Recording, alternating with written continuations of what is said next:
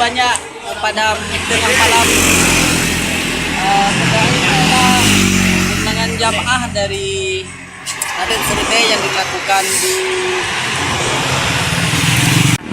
perayaan tengah malam yang terjadi pada malam ini.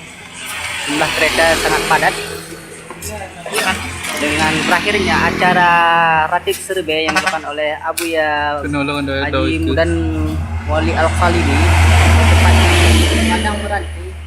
Jumlah jamaah diperkirakan hampir 30.000 dengan lalu lintas begitu macet tadi. Jumlah jamaah dari tempat Labuan Haji begitu banyak juga yang hadir, dan dari Mangging diperkirakan 2.000 lebih jamaah yang hadir. Tambah lagi dari kabupaten tetangga yaitu Kabupaten Aceh Selatan diperkirakan juga 1.500. Berapa?